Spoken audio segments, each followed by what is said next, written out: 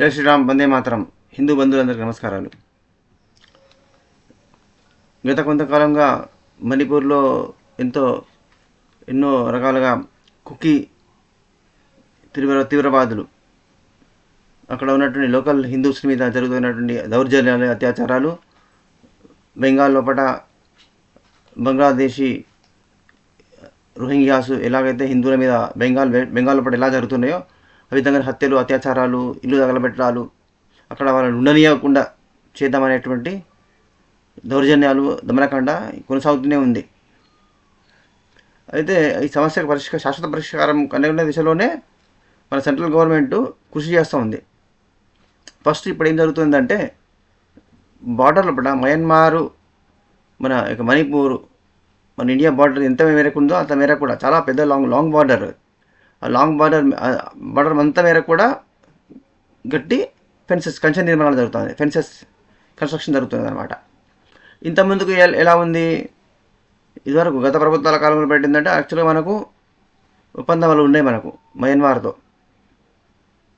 ఇప్పుడు లోకల్ మణిపూరీ పీపుల్తో వివాహ సంబంధాలు ఉన్నాయి మయన్మార్ వాళ్ళకు. అక్కడ వాళ్ళ పిల్లల్ని ఇక్కడ ఇస్తారు, ఇక్కడ వాళ్ళ పిల్లలు అక్కడ పెళ్లి చేసుకుంటారు. పెళ్లి సంబంధాలని బంధుత్వాలు ఉన్నాయి. ఇటు అటు నుంచి ఇటు కాబట్టి వీసాలు అవసరం లేదన్నమాట. Without visa they can travel to Myanmar వాళ్ళు ఇక్కడ మణిపూర్కి వస్తూ అంటారు. ఆ విధంగా రిలేషన్షిప్ ఉన్నది ఆల్రెడీ. మళ్ళీ కూడా బిజినెస్ కూడా ఇప్పుడు గత పాలకులు ఏంటంటే ఢిల్లీ నుంచి మంచి సంబంధాలు, అంటే train facilities, bus facilities provide చేసి వాళ్ళని ఆర్థికంగా అభివృద్ధిపరిచి వాళ్ళకు మంచిగా లైఫ్ ఇవ్వలేదు. ఇప్పుడు అక్కడి నుంచి అటు దగ్గర అటుపోతారు, కానీ అక్కడి నుంచి ఏమున్నదని వాళ్ళు ఢిల్లీ దిక్కొస్తారు, లేదా బెంగాల్ రావడానికో, లేదా కలకట్టా రావడానికో, లేదా గౌహతి రావడానికో ఫెసిలిటీస్ ఉంటాయి వాళ్ళకి. ఇదివరకు గతంలో పట 2 years మోడీ గవర్నమెంట్ వచ్చిన కానీ 10 years లోపలనే ఫెసిలిటీస్ ఇంప్రూవ్ అయినాయి. రోడ్డు కనెక్టివిటీ, ఫ్లైఓవర్స్ కట్టడము, రోడ్లు ఫెసిలిటీస్ ఇంప్రూవ్ చేయడము, రైల్వే ట్రాక్స్ పెట్టడము, రైల్వే లైన్ ఏర్పాటు జరిగింది. ఇప్పుడు అన్ని రాష్ట్రాల్లో పట్ల కూడా, నార్త్ ఈస్ట్లో పట్ల అనేక ఏరో డ్రమ్స్ కట్టి ఎయిర్ ఫెసిలిటీస్ కూడా వచ్చింది. ఇప్పుడు ఎయిర్ కనెక్టివిటీ వచ్చింది, విమాన సర్వీస్ కూడా నడుస్తుంది. ఇప్పుడు చాలా ఇంప్రూవ్మెంట్ వచ్చింది, కానీ గతంలో ఏం లేవు కదా. దాంతో ఏంటంటే వాళ్ళకి అసలు మన భారతీయులు అనే ఫీలింగే లేదు వాళ్ళకు. ఎందుకంటే కుట్రపూరితంగా కాంగ్రెస్ అనేది 70 ఏళ్ళుగా ఏంటంటే వాళ్ళను కంప్లీట్ దూరం పెట్టి, వాళ్ళను ఈ దేశంతో వాళ్ళకి ఎటువంటి ఎమోషనల్ అటాచ్మెంట్ అనేది ఉండకుండా చేసి దానికి ఫ్యూచర్లో దాన్ని పూర్తిగా కట్ చేసి తుకడా చేయాలనే ప్లాన్తోనే దుర్మార్గమైనటువంటి కాంగ్రెస్ వాళ్ళు అట్లా చేసిందనమాట. అయితే ఇప్పుడు ఫెన్స్ మొత్తం కన్స్ట్రక్షన్ అయిన తర్వాత నెక్స్ట్ స్టెప్ ఏముంటుందంటే, ఇప్పుడు మీరు గతంలో అంటే పాలిటిక్స్ని బాగా అబ్జర్వ్ చేసిన వాళ్ళకి తెలుస్తుంది, స్టేట్ యాక్టర్స్ అని, నాన్ స్టేట్ యాక్టర్స్ అని అంటారు. ముఖ్యంగా మన పాకిస్తాన్తో గతంలో ఇంటర్నేషనల్ ఫారెన్ అఫైర్స్లో పడ మన్మోహన్ సింగ్ గవర్నమెంట్, కాంగ్రెస్లు అంతకుముందుకు బాగా మీడియాలో పడ కూడా లెఫ్ట్ లిబరల్స్, తుగడే గ్యాంగులు, లెఫ్ట్ సూడో స్కాలర్స్ ఉంటారు కదా, సూడో ఇంటలెక్చువల్స్ ఉంటారు కదా, వాళ్ళు యూజ్ చేసేది బాగా ఈ టర్మ్ నాన్ స్టేట్ యాక్టర్స్ అని, స్టేట్ యాక్టర్స్ అనేది. ఇప్పుడు ఏంటంటే exactly that is what Modi government also has been its planning. Modi government కూడా అదే ప్లాన్ చేయాలనుకుంటున్నారు అనమాట. అంటే ఏంటంటే స్టేట్ యాక్టర్స్ ఏమో direct face to face government మాట్లాడతామో స్టేట్ యాక్టర్స్ అంటారు. ఇప్పుడు పాకిస్తాన్లో గవర్నమెంట్ ఉంది అనుకోండి, ప్రధానమంత్రి ఉంటాడు ఒకడు బొమ్మ, వాడు డైరెక్ట్ వాడు అంటే స్టేట్ యాక్టర్ అన్నట్టు. అయితే వాడు బొమ్మలాగా ఉంటాడు, వెనుక మిలిటరీ నడిపిస్తూ ఉంటుంది గవర్నమెంట్, పెత్తనమంతా మిలిటరీ చేతులు ఉంటుంది. అప్పుడు ఏంటంటే అది నాన్ స్టేట్ యాక్టర్ అంటారు అన్నట్టు.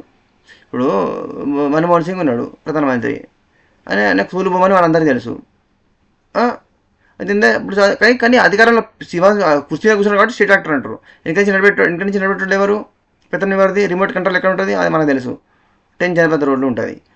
అది నాన్ స్టేట్ యాక్టర్ అంటారు అన్నట్టు. అంటే తెర వెనుక కనబడరు వాళ్ళు, స్క్రీన్ మీద ముందర కనబెట్టాడు ఒకడు, వెనక నుంచి మొత్తం జ్యేష్ఠులంతా, పెత్తనమంతా జ్యేష్ఠులంతా కూడా వేరే వాళ్ళు ఉంటారు అన్నట్టు. ఇది ఇప్పుడు ఎగ్జాక్ట్లీ దిస్ ఇస్ వాట్ ఇప్పుడు మన సెంట్రల్ గవర్నమెంట్ కూడా ప్లాన్ చేస్తుంది. ఎందుకంటే ఇక్కడ మన యూఎన్ఓలో మెంబర్లు మనము బ్రిక్స్ను ముందుకు డెవలప్ చేసుకుపోవాలి.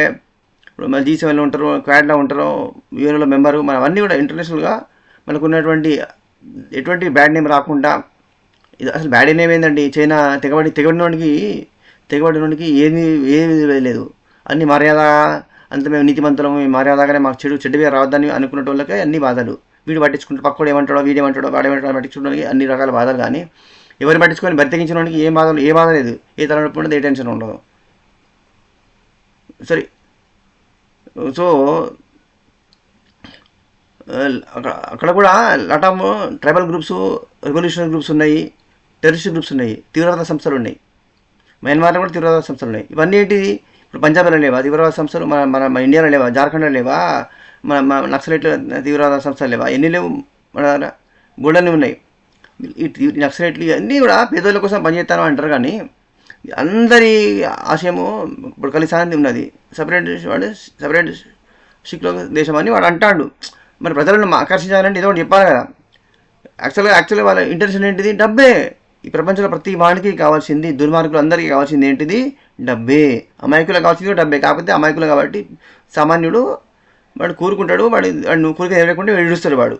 లేకపోతే దేవుళ్ళు పోయి గుడికి పోతాడు, గుడిలో డబ్బులు రాకుంటే మసీదు పోతాడు, మసీదు దర్గా పోతాడు, దర్గా పోతే చర్చిలో పోతాడు, అలా గొర్రెలా కలుతాడు డబ్బులు రాకుంటే. అంటే వాడికి డబ్బులు రావాలంటే ఏదో ఈ దేవుడు కాకుండా ఆ దేవుడు కాకుండా ఏదో దేవుడు వర్కౌట్ అయితే నా డబ్బులు రావాలని కోరుకుంటాడు. వాడి సామాన్య గొర్రె.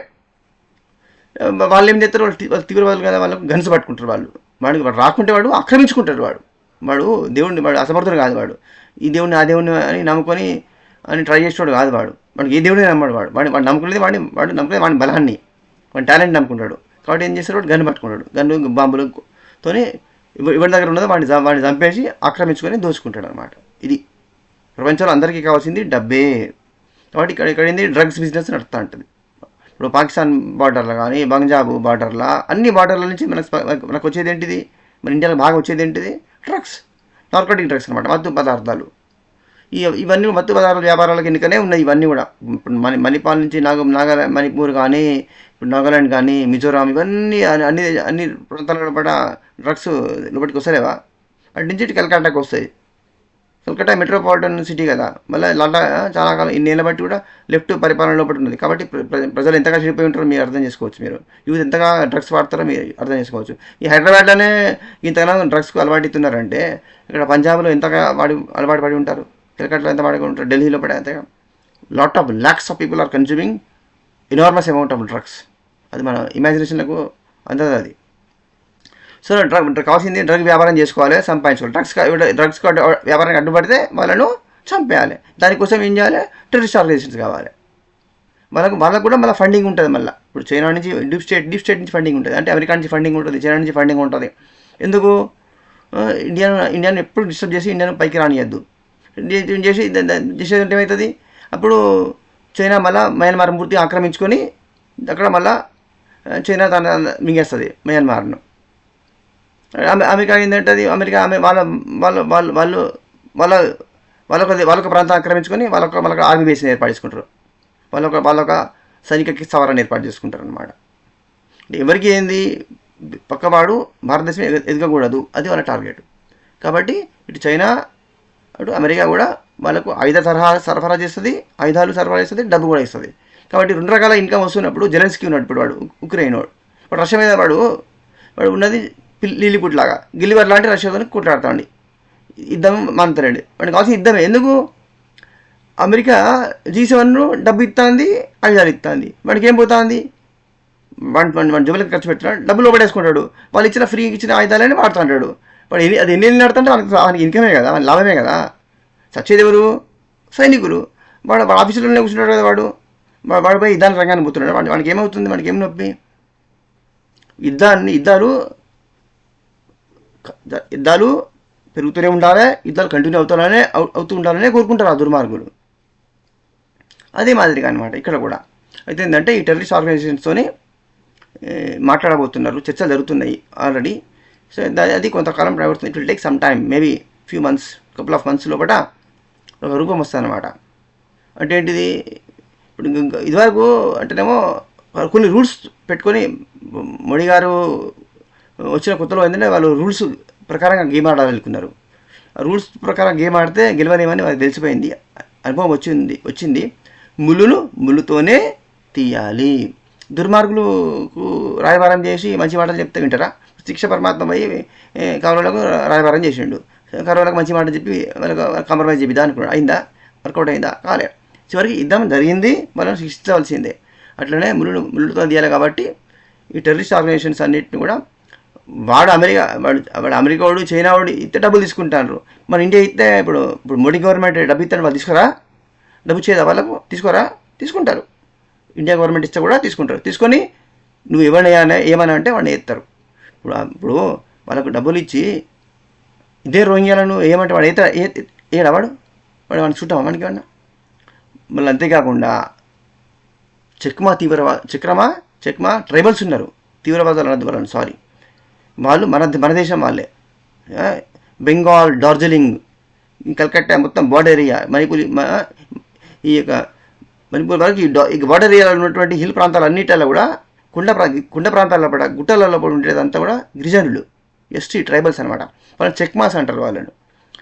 వాళ్ళు ఇటు బంగ్లాదేశ్, ఇటు భారతదేశం నుంచి ఎటువంటి డెవలప్మెంట్ జరగలే దుష్ట కాంగ్రెస్ పరిపాలనలో పడ. అటు నుంచి ఎప్పుడైనా వాళ్ళు ఏం లేదని అటు పోయి వద్దామని అటు దిక్కుపోతే బంగ్లాదేశ్ మత ద్వేషంతో బంగ్లాదేశ్ హింసించింది. ఇటు నుంచి నక్సలైట్లు, పోలీసులు అని చెప్పి పోలీస్ హింస ద్వారా ఇక్కడ రాజ్యహింస జరిగింది, ఇటువైపు నుంచి హింస జరిగింది. సో ఫ్రమ్ బోత్ సైడ్స్ చెక్మాస్ were made victims. So now ఇప్పుడు మన సెంట్రల్ గవర్నమెంట్ చెక్మాస్కి ఆర్మ్స్, డబ్బులు, అన్ని రకాలుగా ఆయుధాలు సరఫరా చేసేది ఉంటే వాళ్ళ అస్తిత్వాన్ని కోసం జీవనభరణ సమస్య, వాళ్ళ ప్రాణాలు వాళ్ళు కాపాడుకునేందుకు, వాళ్ళ ఆడపిల్లల మన ప్రాణాలు కాపాడుకునేందుకు వాళ్ళు కొట్లాడారా? వాళ్ళు ఈ తుకుడే గ్యాంగ్ను చూసుకోరా? డెఫినెట్లీ చూసుకుంటారన్నమాట. కాబట్టి ఈ దిశ లోపల ఇంతకాలానికి ఒక మంచి నిర్ణయము సెంట్రల్ గవర్నమెంట్ తీసుకున్నది. కాకపోతే అది రూపంలో వచ్చి అది ఇంప్లిమెంటేషన్కి వచ్చేవారు కొంచెం లిటిల్ టైం పడుతుంది, maybe 1 or 2 months, at the most 3 months maybe. So